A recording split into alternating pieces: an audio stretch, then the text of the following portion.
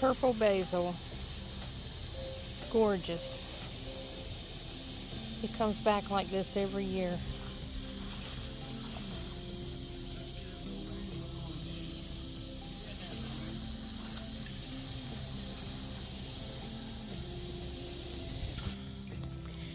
I'm not sure if I've ever shown this property at night. Maybe I have, maybe I haven't. This is the goat house. It's lit up at night.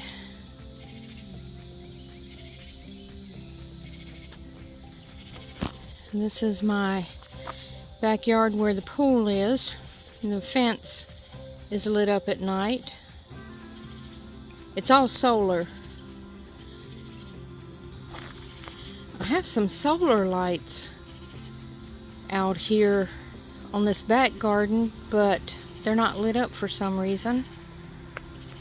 I have solar lights in the front garden and the greenhouse as well.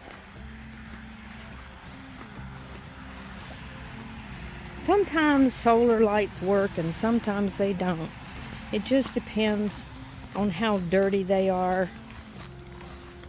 You know, they're nice when they work and not when they don't. When it's pitch black, like we still have a little tiny bit of light in the sky. And it's going on 9 o'clock p.m. And there's also an area light right here, so that's kind of distorting everything. But late at night when it's pitch black out here, the lights are pretty. I got a few lights over there I noticed that are not working. At least 3 that I see are not working.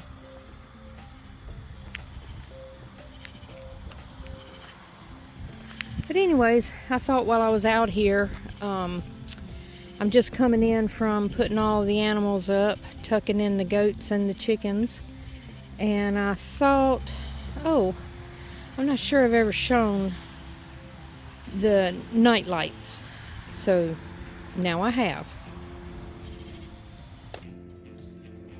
This is the prettiest plant on the property, my Texas Star Hibiscus. However, it seeded itself in the burn pile. Can you believe that? Prettiest plant.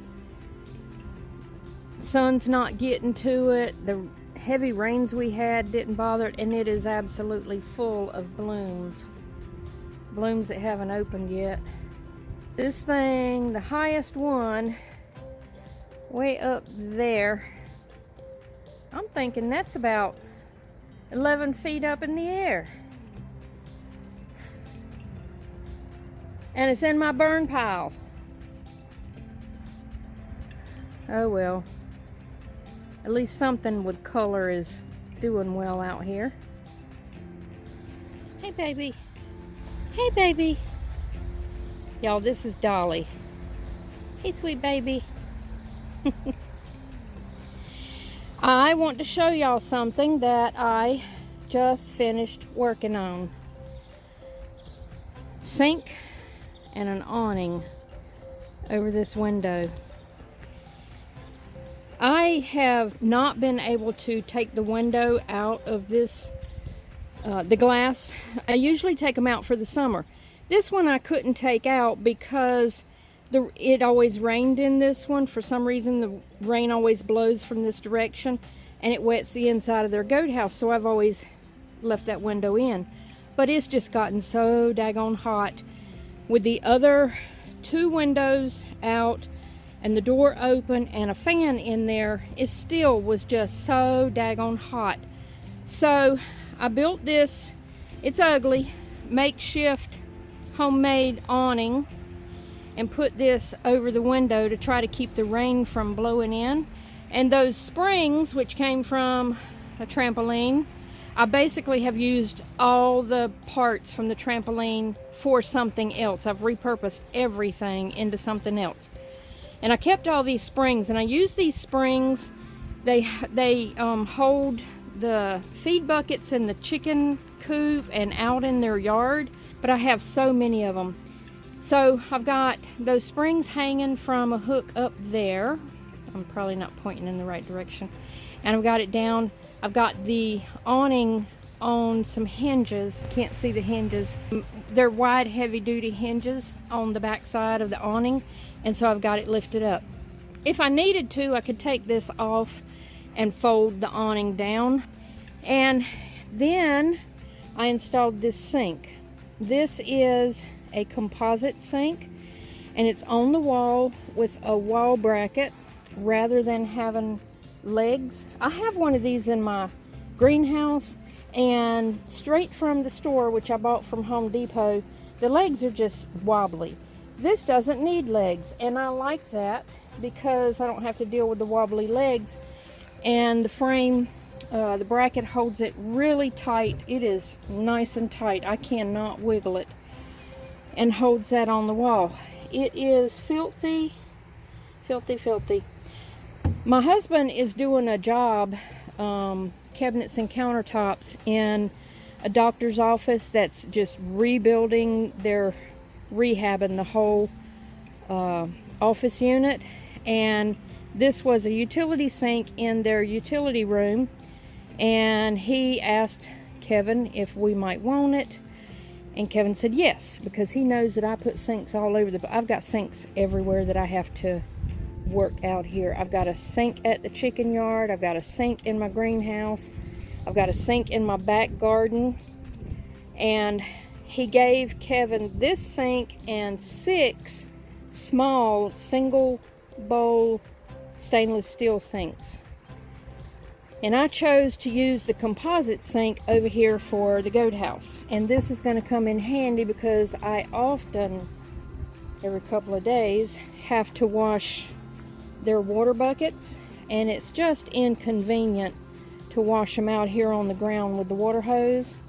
And so right here by the door, I now have a sink where I can wash things. And I have to wash their food bowls that are inside as well.